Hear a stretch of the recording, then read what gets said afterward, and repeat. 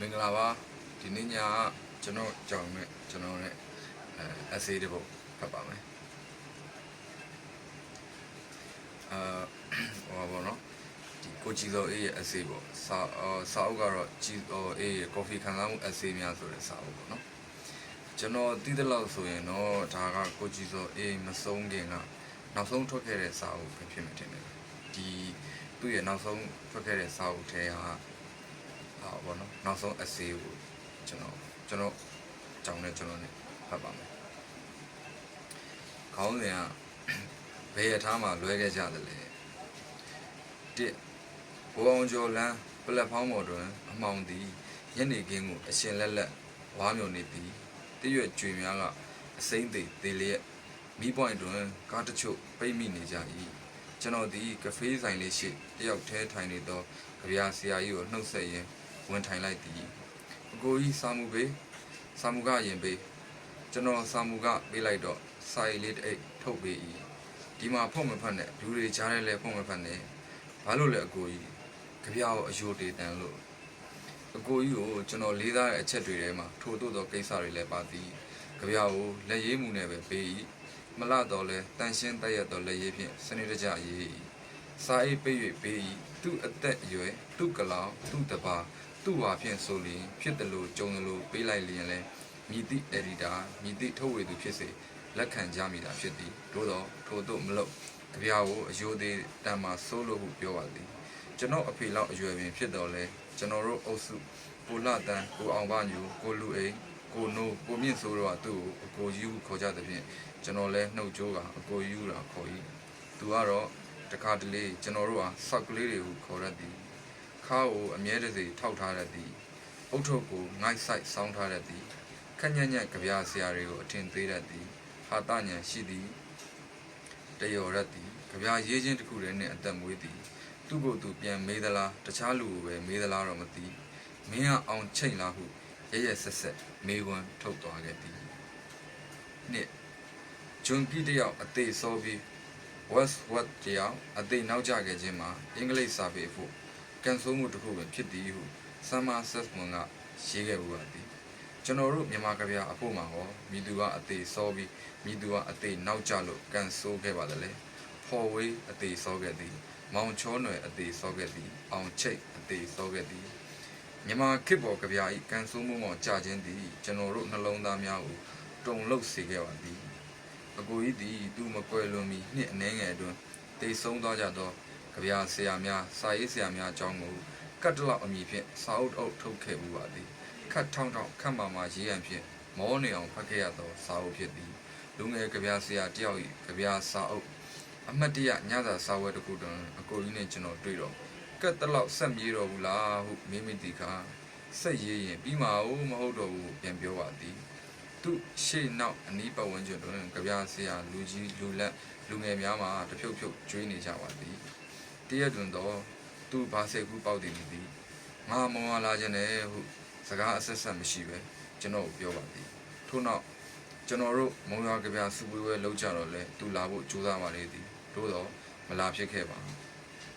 ကျွန်တော်ဒီမုံရွာနှင့်ရန်ကုန်လွန်းထိုးသလိုတွာလာနေသောအချိန်များတွင်အကိုကြီးနှင့်တွေ့ရသည်ကျွန်တော်ကြပြအတန်မှလည်းຫນွေဥကိုအားကြပြီးလုပ်ခဲ့ခြင်းဖြစ်သည်ကြပြဆရာတွေအများကြီးရှောက်မထဲနဲ့ကိုအကြံပေးပါသည်တို့ရသွင်းကျွန်တော်သူစကားကိုနားမထောင်ခဲ့ပါ3ကျွန်တော်တို့အရွယ်လူငယ်ကြပြဆရာအတော်များများအပေါ်တွင်မောင်ချောနွယ်ဩဇာအောင်ချိတ်ဩဇာကြီးမားစွာလွှမ်းမိုးခံခဲ့ကြမှုပါသည်သူတို့စာမျက်နှာများကိုကြော်လွှားသွားဖို့ဆိုဒီမှာမိုက်မဲလွန်းပါသည်ကျွန်တော်တယောက်တည်းသဘောတိုင်းအလွန်အကျွံပြောရလျင်မောင်ချောနွယ်ကကြပြရေးတဲ့အောင်တင်ကြားပေးပြီးအောင်ချိတ်ကကြပြဖတ်တဲ့အောင်တင်ကြားပေးပါသည်ညနေခင်းဝိုင်းတစ်ခုတွင်တောက်ကြစားကြစကားစမီပြောကြဆိုကြရင်ငါတငယ်ချင်းမင်းတို့ဆရာမောင်ချောနယ်ကသူ့ကိုယ်သူရုပ်ချောတယ်ထင်နေတာကွာဒုက္ခပဲဟုပြောပါသည်ကျွန်တော်တို့ပြုံးလိုက်ကြသည်တို့ရသွင်းမောင်ချောနယ်ကိုလွန်သွားချိန်မှာတော့ရန်ကုန်ဆေးရုံကြီးရေခဲတိုက်ရှိတွင်အနေနဲ့ရရမှကြပြဆရာများမောင်ချောနယ်ကိုဥညွတ်နှုတ်ဆက်ရန်ရှောက်လာကြသည်ကိုမြင်လိုက်တော့အခါအကိုကြီးသည်သူ့ထုံးစံအတိုင်းခါထောက်ရက်လျက်ငါသိရင်တော့မောင်ချောနယ်အတူပါလောက်စီမံမဟုတ်ဘူးဟုဆိုပါသည်ထို့နောက်ကျွန်တော်ကြောင်မြောင်းမှာနေစဉ်ကာလအတွင်းအောင်မင်္ဂလာလမ်းရှိပကြီးကိုမြင့်ဆို၏ ပကြီးစတူဒီယိုလေးရှိရတော့မကြာခဏဆိုသလိုအကိုကြီးရောက်လာလေးရှိပါသည်တောက်ကြစားကြပါသည်ရွှေဝါရောင်နေများတွင်အကိုကြီးတည်လဲကျွန်တော်တို့လူငယ်များနဲ့အတူခြိတက်ဝန်းရံခဲ့သည်ပြေးရလွှားရသည့်အခါကျွန်တော်တို့ကသူ့ကိုစိတ်ပူကြသည်ကိုလာတန်းကသူ့ကိုမလာဖို့သားသည်တို့တော့မတရားမှုကိုကြပြတွေးသားဖြင့်စန့်ကျင်ရန်အတွက်သူ့တွင်တာဝန်တစုံတရာရှိသည်ဟုလက်ခံထားပုံရပါသည်ထို့ကြောင့်နေ့စဉ်လာပါသည်ကျွန်တော်တို့လူငယ်များသူ့ကိုကြည့်အားတက်ရပါသည်ထို့နောက်ကျွန်တော်တို့တစ်ဖွဲ့လုံးလွန့်စင်သွားကြပါသည်ဘယုတ်ပရက်ကာလာရေးတဲ့တွင်ကျွန်တော်တို့မျိုးလင်းချက်များမှာကျိုးပြတ်သွားသောပရိကုံတစ်ခုလိုတနေရာစီလိမ့်ထွက်သွားကြပါသည်ခေတ်ကြီးအားလူတို့၏နေ့စဉ်ဘဝများကိုပြဋ္ဌာန်းထားပါသည်ကြပြဆရာသည်လည်းလူတွေကလူတစ်ယောက်ပင်ဖြစ်သောကြောင့်ခေတ်၏ရိုက်ခတ်မှုကိုခံရ၏ပြိုကျပျက်စီးသွားသောအဆောက်အအုံဟောင်းများလမ်းမများကဖေးဆိုင်များပျော်ဝဲစားရုံများအဖြူဆိုင်ကလေးများသည်ကျွန်တော်တို့၏ဘူမိနဲ့တန်နေရာများကိုပြောင်းလဲပေးပါသည်33လမ်းမှသည်34လမ်းထို့နောက်လာပြေဝန်းသမရကမ်းခြေကျွန်တော်တို့ခြေရာများကျွန်တော်တို့တက်ပြင်းများကျွန်တော်တို့ရေမောသံများဝေးကပင်ကြားနိုင်ပါသည်တခါတလေသမရကမ်းခြေသို့အကိုကြီးမျက်စိလဲလာရပါသည်သူတို့ခစ်ပြိုင်များဖြစ်ကြသောဆရာဦးတန်းအောင်ဆရာညွန့်တဲ့ဆရာကျော်ကျော်ခင်စသည့်ပုဂ္ဂိုလ်များစုံမိကြလျင်ကျွန်တော်တို့သည်မြန်မာခေတ်ပေါ်ကြပြာ၏တက်ရှိသမိုင်းစာမျက်နှာများကိုဖတ်နေရသလိုပင်ဖြစ်သည်ညနေ၍ဆိုင်ပိတ်ချိန်ရောက်မှလမ်းခွဲကြသည်အခုတော့လဲလူအတော်များများတေခွဲကုန်ကြပြီဖြစ်သည်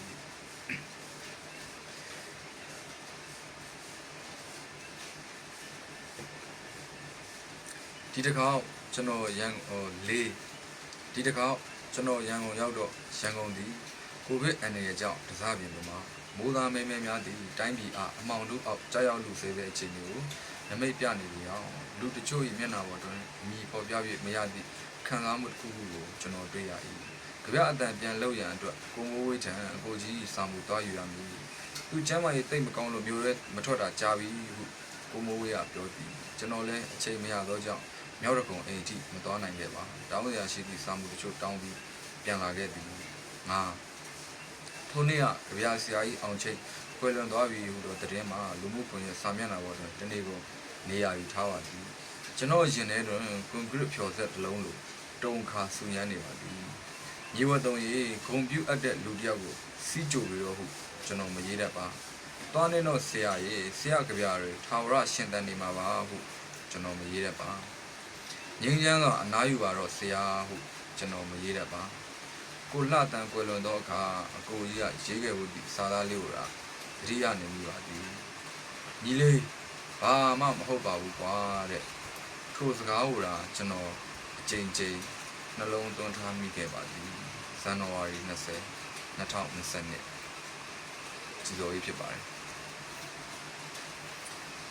အဲ့တော့ကျွန်တော်ဒီစာအုပ်တွေပြန်ဖတ်တိုင်းဘာလို့တတိယလဲဆိုရင်ကျွန်တော်ဘောနော်ကိုကြည့်တော့ကိုကြည့်တော့ရဲ့အတူပါကိုနောက်ဆုံးလိုက်ပို့ခဲ့တာကိုကျွန်တော်ကြည့်ရပါတယ်တကယ်တော့ကျွန်တော်ကအဲ့လိုမျိုးကိုကြည့်တော့ကိုကျွန်တော်တစ်ချိန်ချိန်မှာကျွန်တော်အပြင်မှာတွေ့ပြီးတော့စကားပြောဒီရွယ်ထားတာပါဘာဖြစ်လို့လဲဆိုတော့ကျွန်တော်ကသူ့ကြပြားပြီးတော့သူ့စာတွေသူ့ရဲ့ essay တွေပေါ့နော်အဲ့ဒါကြီးကျွန်တော်ဖတ်တယ်ကြိုက်တယ်နောက်တစ်ခုကကိုကြည့်တော့ရဲ့ခံယူချက်ပေါ့နော်ခံယူချက်ဆိုတာကျွန်တော်ကြပြားခံယူချက်ဘာညာကြီးတော့မသိပါဘူးသူရဲ့လောကပေါ်မှာခံယူချက်ပေါ့ဗျအဲ့လိုမထောင်းပေါ့လေအဲ့လိုပုံစံမျိုးလည်းကျွန်တော်ကကြိုက်တယ်ပေါ့နောက်တစ်ခုကတော့ကျွန်တော်ရဲ့ဒီတချင်းတစ်ပုတ်ထဲမှာကျွန်တော်ရဲ့ဒီညီငလျင်ဆိုတဲ့တချင်းနဲ့နှလုံးသားငလျင်ပေါ့နော်အဲ့နှလုံးသားငလျင်ဆိုတဲ့တချင်းထဲမှာကျွန်တော်ကကိုကြည့်တော့ရဲ့ကြပြားessay ရစာသားတစ်ခုကျွန်တော်ထည့်ပြီးတော့သုံးမှုတယ်ဗျအဲ့လိုသုံးတဲ့ခါကျတော့ကျွန်တော်ကအဲ့တချင်းကိုကျွန်တော်တကယ်တော့ထုတ်ပြခဲ့ရင်ကျွန်တော်ကိုကြည့်တော့အတိပေးပြီးတော့